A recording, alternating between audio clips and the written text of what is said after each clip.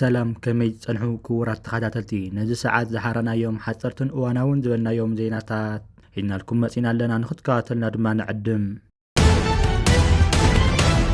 كسكاب حجة أساسا لتشحناي مجمتان كالاي تولدن مسائلاتن أسلات عسرتا شمعنا وتدرنا تتقيمن أين خبل جنرال إيران قليسو أبزغط صلو معالتا دما خاوز بزحيلا ناي سالساي الروعين ولد مسائلات كنت كمينا خبل قليسو ناي إسرائيل أمريكان تحاورتهم دخانا ناي معراب هاقرات جمرنا يتأرمت كعتي جينا خاب حج نجمر أين زلنا عقمنا ملؤ مدلاوتنا وانتودي خبل قليسو إذا خامزي لنكالنا أمريكا تغلال لأزاز جنرال جن كاين أب إيران زو سجل وتدراو سقمتي بحادة ليت خمزي زازم قليسو يتحالاف استابا بالعلي إيران وسد زلنا وتدراو سقمتي أب حدا ليت زود أيكونن وسخت خسارات ونيقات من اللو خبل قليسو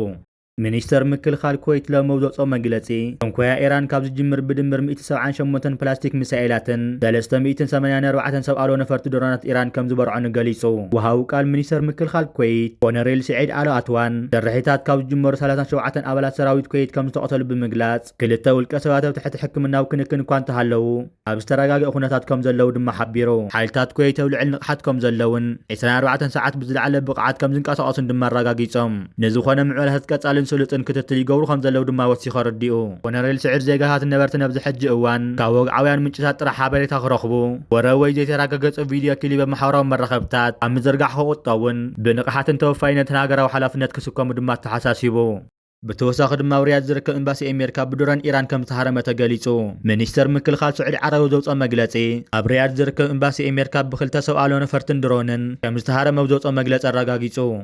بتوسخ دما أمريكان إسرائيل نولع إيران ملؤ صوللتا خم زلوان بمحبار نفرتو سميات إيران كم دليتا نوز مرص أبوتا لدواخ إلوان كم زلو أين زقلتا بتوسخ دما بسليان حاريتان ملؤ عبلالنت كم زلوان بمقلات نحايا لسب مزرخيوان كقتلا خمز خالاي دما يحبرا انتخونا قنتخونا الكابن أمريكا سايبر كوماندن مشارختهم إسرائيلاويان زنافس زنورا ورا نقطر منبر اللعلواي هايمنتهم مرح إيرانيتا لعلي كاميني نمتكع مدو كم زينورهم يوم زقلتو نيروم إذ عن سمز إيران تايكا قاطم كم زخيل أمردع عينهم عميتوهم كم زنورا دما يقلس نحدحدهم كراد الملس قبرخو خم زي يخولهم دما سمز مكل خال أمريكا يحبرو نازي خم بلجا بمصادق أدامي معلت متكعتي أو استفاري بطاو لعلي سمز إيران داي مقتال متكعت سقوم تدما توسيدو اتم كقتل استدلي لعلوي هايمنتاو مرحية لعلي كامل نزركم لعلو تحلفت إيران بسيئي المصادن كالو سلياو تكالات أمريكان إسرائيلن نوارح مكتال خقبر لهم كم سنة دما يقلس اتم مكتال كعننا إيران مراخوت بمعد سرتيركا بمقتاو أبايتا بزلو نسلياز توافر سوات جيركا بمصادناتا ما أخلي دما خكايد كم سنة زقلس اتوصي دما مسن بدئي نيرو حلقة ستاف سراويتن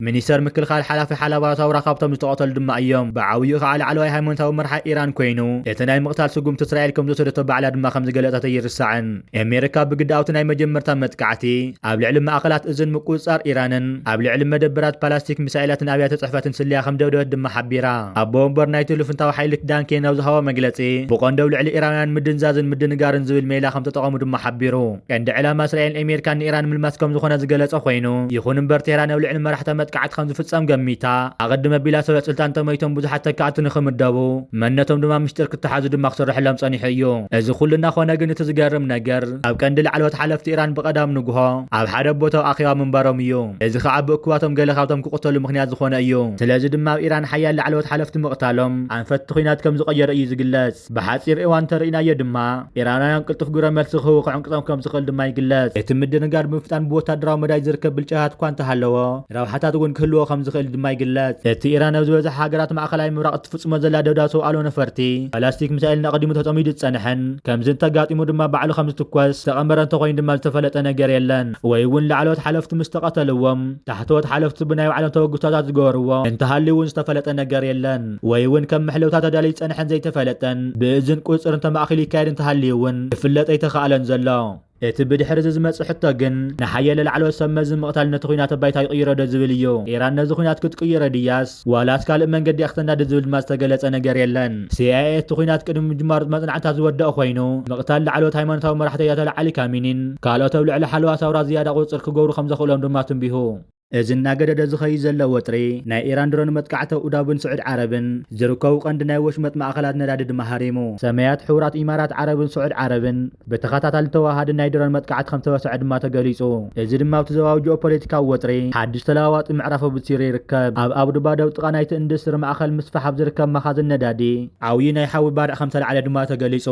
ኣብቲ ካብቲ ናይቲ ከተማ ፍሉጣት ነዋሕቲ ህንፃታት ዝረአ ዝነበረ ጽዑቕ ጸሊም ትኪ እናተፈአ ዝረአ ኣገልግሎት ህፁፅ ረድኤት ድማ ናብቲ ቦታ ከም ተጓዓዙ ተገሊጹ ብተመሳሳሊ ግዜ ድማ ኢማራት ማይልስ ርሒቑ ናብ ሰሜናዊ ምዕራብ ተዓንዲ ሕቖ ዓለማዊ ፀዓት ዝኾነ ሓደ ካብቶም ዝዓበዩ መፀረ ነዳዲ ዓለም ዝኾነ ትካል ስዑዲ ኣራምኮ ኣብ ራስ ቶና ተመሳሳሊ ናይ ኣየር መጥቃዕቲ ዕላማ ድማ ኮይኑ ይርከብ ኣሎ እዚ ድማ ሓደ ካብቶም ኣዝዮም ተሃወስቲ ናይ ኢንዱስትሪ ዓለምና ህፁፅ ናይ ድሕነት ስጉምቲ ንኽውሰድ ድማ ግዲዱ ሰበስልጣን ኢማራት ተሓወው ውሽጢ ሒደት ሰዓታት ብዓወት ከም ተቆፃፀረን ዝኾነ ናይ ህይወት ጥፍኣት ከም ዘየጋጠመን እንኳን ተገለጻ እቲ ናይ ክልተ መጥቃዕቲ ሰብኣዊ ነፈርቲ ቁጠባዊ ጽልዋ ግን ብኡንብዋዕ ዓለማዊ ዕዳጋታትን ዲፕሎማስያዊ ክባራት ድማ ተቃሊሑ እዚ ናይ መወዳእታ ወጥሪ ብምኩራት ተንተንቲ ምክልኻል ናይቲ ቴሄራን ንዞባዊ ፀቕጥታት ብቐጥታ ንምምላስ ዓቕምን ንወሰንቲ ቁጠባዊ መስመራትን ናይቶም ምስ ምዕራብያን ዝተሓባበሩ ሃገራት ንምውቃዕ ዘለዋ ድልየትን ንምርኢትን ዝገበረቶ ዘተሓሳሰ ስጉምቲ ገይሩ ይውሰድ ኣሎ ኣብ ፀጥታ ማእኸላይ ምብራቕ ዝነጥፉ ትካላት ስልያ ከም ዝሕብርዎ እቶም መውጢ መጥቃዕቲ ዝተጠቀሙ ድሮናት ነቶም ነዊሕ እዋን ንወሰንቲ ትሕቲ ቅርፅን ወሽመጥን ክሕልው ፀንሕሉ ምዳራዳራትን ናይ ልዕል ቦታ ሚሳኤል ምክልኻል ስርዓተ ምስጋር ዝተዳለዉ ዝተራቐቑን ትሕት ብራኽ ሒዞም ዝነበሩ ጦራት ክኾኑ ከም ዝኽእሉ ድማ ይእምቱ እቲ መጥቃዕቲ ዝተፈጸመሉ ግዜ ዓብዪ ምቁራት ዲፕሎማስያዊ መስመራት ዝተኣሳሰር ኮይኑ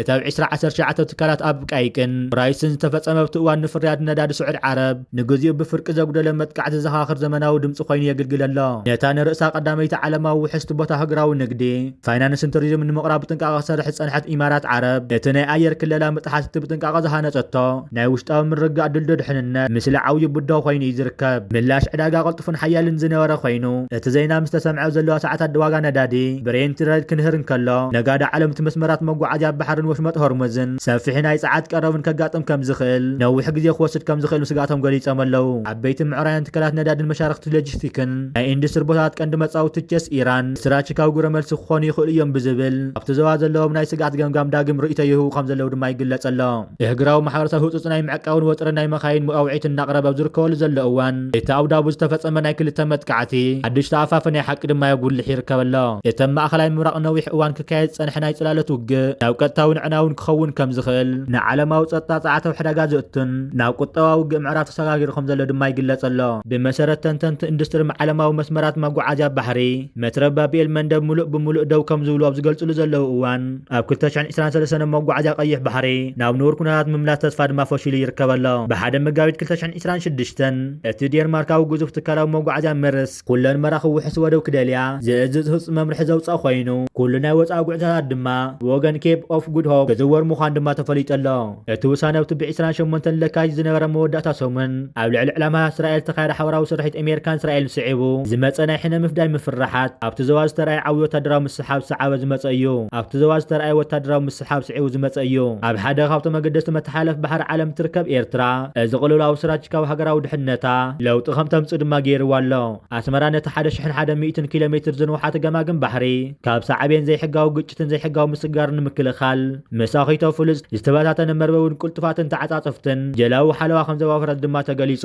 ኣብ ዜነታ ዝስርሐሉ ክኢላታት ኢንዱስትሪ መትረብ ስዊዝ ኣብ ዝሓለፈ 10 ዓመታት ዝተሓተ ምንቅስቓስ መርከብ መራኸቢ ዝረአዩሉ ዘሎ እዋን እቲ ኣብ ቀይሕ ባሕሪ ዝካየድ ዘሎ ንግዲ ከም መሳርሒ ውግእ ምጥቃም ኣብ ቀዳማይ ፍርቂ ዓመት 2026 ዋጋ መጓዓዝያ 400 ከም ዝውስኽ ድማ የጥንቅቕ ምዕጻብ መጻዊ ሆርሙዝ ኣብ ምኽፋት ቀይሕ ባሕሪ ከም ዝኾነ ይግለጽ ኣሎ ኩናት እስራኤልን ኢራንን ንዓለምና ይኹን ዘዋና ገዘፍቲ ሓደጋታት ሒዙሉ ክመጽእ ተኽእሎ ከም ዘሎ ኩሉ ማዕረት ገዘፍቲ ሓደጋታት ድማ ገዘፍቲ ዕድላት እውን ክፈጥር ከም ዝኽእል ተኽእሎታት ከም ዘሎ ይግለጽ ኣሎ ብክለሳ ሓሳብ ደረጃ ድማ ካብ ኩናትን ዕግርግርን ዝርከብ መኽሰብ የለን ብፍላይ ድማ ኣብቲ ኩናት ዝካየደሉ ቀለበት ኮይንካ እንተኾነ ምስ ባህርን ተግባራትን ደቂ ሰባት ተዛሚዱ ድሕነትን ረብሓታትን ምዕባልን ስልጣንን ዕድልን ሓይልን ወዘተ ናይ ብዙሕ ከባብታት ዓለምና ብስትራቴጂካዊ ፖሊሲን ወታደራዊ ቅልጽምን ክውሰኑ ካብ ጅምሩ ድማ ዘመናት ተቆፂረ ኣሎ ብቀለል ዝበለ ኣብነት ክንርድኦም ምስ ንፍትን ድማ ከም ዓይኒ ሓቂ ቀይሕ ባሕሪ ካብ ተፈጥሮ ዝለገሰሉ ገዚፍ ፀጋታትን ስትራቴጂካዊ ቃምጣን ካብቲ ዓለምና ትቋደሶ ዘላ ዘመናውነት ምዕባለን ብልፅግናን መዳይ ክግለል እምበይ መተገቦን ሰብ ግዜ ጎልበብ እንኳ ቅጽበታዊ ዓለማዊ ስርዓት ኣብ ቀይሕ ባሕሪ ግጭታት እንዳሳወርካ ብዝኾነ ይኹን መልክዕ እቲ መስመር ካብ ታራ መተሓላለፊ ንግዲ መስመር ምዃን ሓሊፉ ካልእ ንሃገራት ዝዋዝ ዘሳልጦ ዝኾነ ቁጠባዊ ምንቅስቓስ ከይህልዎ ብምድራት ብኣምሳዩ ድማ ብጂኦፖለቲካዊ ቀሚርካ ሃገራት ኮለጅ ወሽመጥ ፈረስ ፈረስ ኣካል ግዙፍ ቁጠባዊ ምንቅስቃስ ጌርካ ህዝበን ከስልጥናን ሃገራን ከምዕበላን ድማ ክኢልዎን ስለዝኾነ እዩ ከዓ ካብ ሕቡራት ኢማራት ዓረብ ዝኣመሰለ ሃገራት ዕድላትካ ከመይ ቢልካ ብዋጋ ካልኦት ዕድላት ተውሕስ ዝብል ኣብ ቤት ትምህርቲ ክፈት ዋሽንግተን ዝቐሰምኦት ምህሮ ኣብ ዝባና ቀይሕ ባሕርን ቀርኒ ኣፍሪካን ከትጉርኦ ለይትን መዓልትን ዝህውኻና ዘለዋ እዘን ሃገራት ካልእ ምስጢር የብለንን ከምዚ ዓይነት ሸፈጥ ንዕድላት ህዝብታት ጎስዩ ኣብ ቀጻሊ ኩናትን ግጭታት ዘንብር ዓለማዊ ስርዓት እምበኣር ብዝፍጠሩ ሓደሽቲ ምግጫዋት ሃገራት ዳግም ድማ ክውደኑ ይኽእሉ እዮም ከም ኣብነት ድማ መንጎ ኢራን ንእስራኤል ዘሎ ምቁርቋስ ኣብ ከቢድ ኩናቶም ዝርከባሉ ዘለዋ እዋን ወሽመጥ ፈረስ መደበር ቀውስን ገሃነምን እናተቐየረ ይርከበሎ መትረብ ሁርሙዝ ኣብ መንጎ ኢራን ጾማንን ዝርከብ ሓደ ካብ ኣገደሲ ንግዳዊ መጻወዒ ዓለምና ከም ዝኾነ ድማ ይፍለጥ እዚ መትረብ ብሓፂራዊ ሃገራት ኮሌጅ ሕቡራት ኢሚራት ዓረብን ቀጠርን ኩዌትን ከምኡውን ብኸፊል ስዑድ ዓረብ መትኒ ቁጠባዊ ገስጋስነት ከም ዝኾነ ድማ ይፍለጥ ዓለምና ካብ ትረኽቦ ነዳዲ እውን 20 ሚእታዊት በዚ መትረብ ከም ዝሓልፍ ድማ ይግለጽ ምዕጻው እዚ መትረብ ከም ቀይሕ መስመር ኣሜሪካን ኣውሮፓን ኣመሰለ ሃገራት ምዃኑ ግን ምግንዛብ ግቡእ እዩ ብሰንኪ ዝካየድ ዘሎ ግጭት ድማ እቲ መትረብ ኣብ ዝዕፀወሉ ዘሎ ቀይሕ ባሕር ድማ ክትስእ እያ ንግዳዊ ምንቅስቃስ ከባቢና ንዕበቶም ክሕዙ ድማ ክጅምሩ እዮም ከም ወደባት ባፅዕን ዓሰብን ጅዳን ጅቡቲ ዓደን ቦርሱዳን ወዘተ ድዋይ ኣቡዳቢ ዶሓ ተኪአን ድማ ርእሰን ከቕንዓ እየን ስለዚ ድማ ኩናት እስራኤልን ኢራንን መዓርቲ ገዚፍ ሓደጋታት ገዘፍቲ ዕድላት እውን ክፈጥሩ ከም ዝኾኑ ድማ ይግለጽ እዚ ኣብዚ ሕጂ እዋን ተፈጢሩ ዝርከብ ዘሎ ግጭታት እንኳዕ ደስ በለና ይኮንና ንብል ዘለና ንዝተዘመተ ስራጅ ካብ ረብሓታትና ዕድልህና ንኽንብል ኢና ኢራን ንባዕላ ንኸም በዓል ሕቲ ዝኣመሰሉ ዕጡቋት ኣብ ኣወሽመጥ ኤደን ቀይሕ ባሕርን ካብ ወሽመጥ ኤደን ቀይሕ ባሕርን ኣብዚ መትረብ ሆርሙዛ ድማ ዘይተዋፍሮም ቀይሕ ባሕሪ ምዕንደር ማንም ሓይሉ ክኸውን ድማ ይንፈቅደሎምን ኢና እቲ ምዕፃብ መጻወዕ ሆርሙዛ ግን መኽፋት ባና ቀይሕ ባሕሪ ምዃኑ ኩላትና ድማ ክንግንዘቦ ይግባእ እዚ ቀይሕ ባሕሪ ስራጅ ካብ ከም ምዃኑ መጠን ኣብ ወደባት ባፅዕን ዓሰብን ማዓስከር ክትሃንፅ ዘይትደሊ ሃገር የላን ኣብ ዝሓለፈ እዋን ከም ዝገለጽናዮ ድማ ኤርትራ ምስ ኣሜሪካ ዝፈጠረቶ ጽምዶ ሓደሽቲ ዘታታት ኣብ ስዑድ ዓረብ ተኻይዶም እዮም እዞም ዕላዊ ዘይኮኑ ዘተ ኣሜሪካን ኤርትራን ኣብ ስዑድ ዓረብ እንታይ ከም ዝወሰኑ እኳ እንተዘይተፈለጠ ተንተንቲ ቀንዲ ኣፍሪካ ይገልጽዎ ከም ዘለዉ ግና ኣሜሪካ ወደብ ዓሰብ ወታደራዊ ማዓስከር ክትሃንፅ ዝብልን ብዛዕባ ፀጥታ ቀይሕ ባሕሪ ኤርትራን ኣሜሪካን ሓቢረን ንኸሰርሓ ዘተ ከም ዝካየዱ እዩ ዝግለጽ ግብፅን ስዑድን ኣሜሪካን ንኤርትራ ብዝተፈላለዩ መንገድታት ክሕግዝኣ ከም ዝኾና ዝገልጻሉ ዘለዋ እዋን እዘን ሃገራት ወታደራዊ ምትሕጋዝን ወደባት ምሕዳስን መራኸቢ ኩናት ክንህብና ዝብሉ ነገራት ክንሕግዝ ኢና ዝብልሉ ዘለዋ እዋን ቀይሕ ባሕሪ ክንደየናይ ኣገዳሲ እናኾነ ይኸይድ ከም ዘሎ ድማ እዩ ዘርድአካ ኣብዚ ሕጂ እዋን ቀይሕ ባሕሪ ካብቶም ዓለምና ዝርከቡ ወሰንቲ ቦታታት ሓደ ኮይኑ እዩ ዝርከብ ካብቲ ዝነበረ ጽልዋ ድማ ክልተ ዕፅፊ ወሲኺ ይርከበሎ በዚ መሰረት ድማ ወደባት ዓሰብን ባፅዕን ብርሃን እናመፀለን ይርከበሎ በዚ ድማ ትራምፕ ምስ ኤርትራን መንግስቲ ኤርትራን ፖሊስ የመሓሸየ ከም ዘሎ ኩሉ በዚ መሰረት ድማ ናይ ኤርትራ ኣጋዳታት ተበልቲ ስልጣን ኣሜሪካ ከልዕሉ ምዃኖም ዝገልጽሉ ዘለዉ እዋን ኣብቲ ዝሓለፈ ሰሙን ኣብ ዝተኻየደ ዋዕላ እውን ኣሜሪካ ኣገዳት ብምልዓል ንኤርትራ ትሕግዝ ምዃና ድማ ገሊፃ ምንባራ ይርስዓን